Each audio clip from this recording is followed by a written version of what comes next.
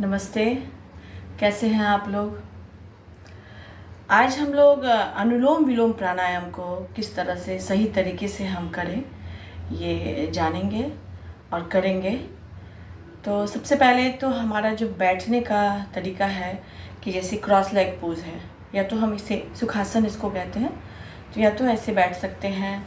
अर्ध पद्मासन, हाँ, एक पैर को हमने ऊपर रखा है, अर्ध पद्मासन का पोज है, या पद्मासन में हम बैठ सकते हैं। जो भी कंफर्टेबल पोजीशन में हम बैठ सकते हैं उसमें बैठेंगे।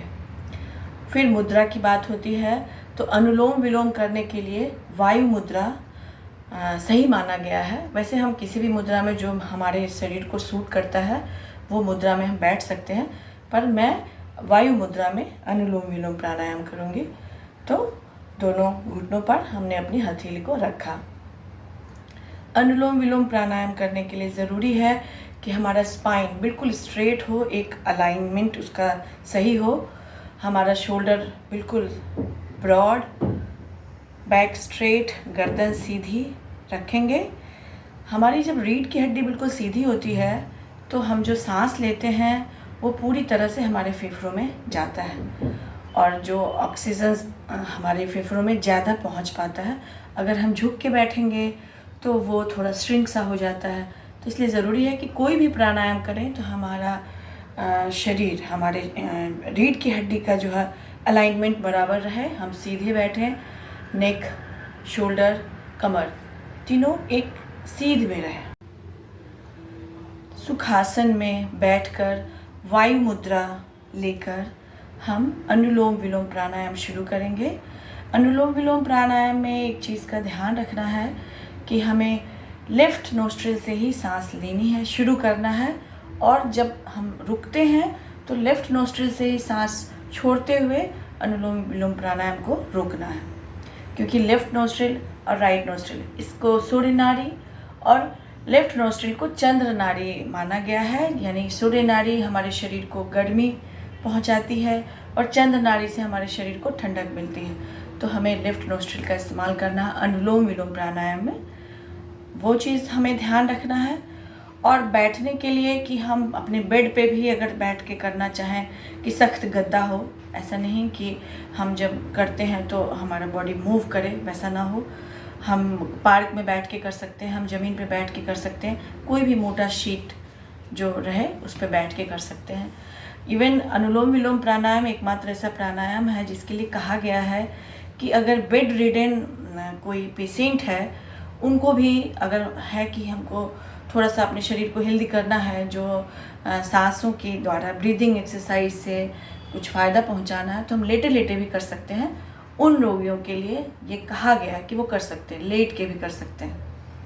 अदरवाइज़ बैठ के करना सबसे सही है। अगर पैर मोड़ने में दिक्कत है तो हम चेयर पे बैठ सकते हैं, पर करना ज़रूरी है कि हम अनुलोम विलोम प्राणायाम करें।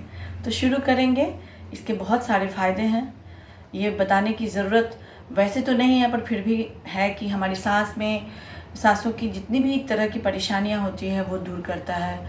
बहुत लोगों को जैसे सर्दी खांसी जुकाम की प्रॉब्लम है, हमारे जो लंग्स में किसी को इन्फेक्शन कोई दिक्कत है तो उसको सही करता है। हमारे शरीर को पूरी तरह ऑक्सीजन सप्लाई पूरी तरह से होता है कि हम जब प्राणायाम करते हैं तो लंबी सांस लेते हैं, पूरी सांस छोड़ते हैं, तो ऑक्सीजन पूरा हमारे शरीर में जाता है जितनी ज़रूरत होती है। अदरवाइज नॉर्मली हमारी सांस बहुत छोटी छोटी होती है, सांस लिए सांस छोड़े, पर जब हम इसलिए प्राणायाम ज़रूरी है कि प्राणायाम जब करते हैं तो हमेशा बताया गया है कि ब्रीदिंग जो है हमारा लंबा हो, लंबी सांस लें और लंबी सांस छोड़ें कि अंदर की जो दूषित वायु है वो बाहर जाए। तो अनुलोम विलोम प्राणायाम करेंगे और अपने शरीर को स्वस्थ रखने की कोशिश करेंगे। वायु मुद्रा, शोल्डर ब्रॉड, स्पाइन स्ट्रेट, गर्दन सीधी, आंखें बंद करके करेंगे ताकि हम प्राणायाम पे फोकस कर सकें। राइट नोस्ट्रिल को अंगूठे से बंद करेंगे और लेफ्ट से सांस लेते हुए शुरू करेंगे अनुलोम विलोम प्राणायाम। श्वास लेंगे,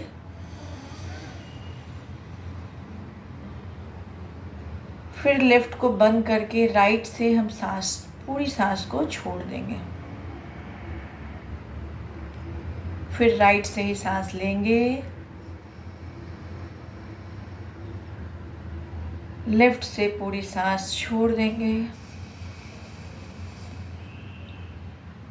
फिर लेफ्ट से सांस लेंगे, लंबी गहरी सांस,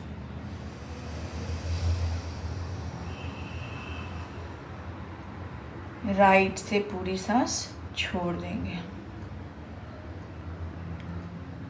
राइट से लेना है,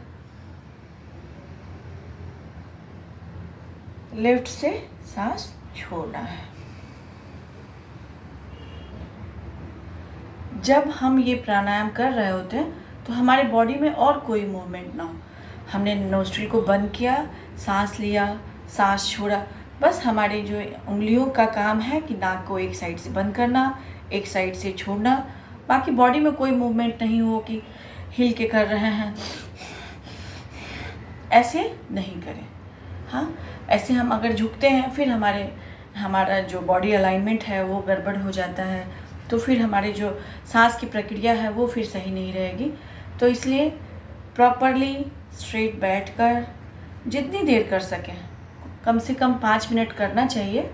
हाँ, अदरवाइज़ हम 2 मिनट ही अगर कर सकते हैं, एक लगातार में 2 मिनट ही करेंगे, फिर रुक के नॉर्मल ब्रीदिंग लेकर फिर से शुरू करेंगे, ताकि 5 मिनट, 10 मिनट, 15 मिनट हम कर सकें। अनुलोम विलोम प्राणायाम का बहुत फ़ायदा है, तो इसलिए मिनिमम 5 मिनट्स तो करना ही चाहिए।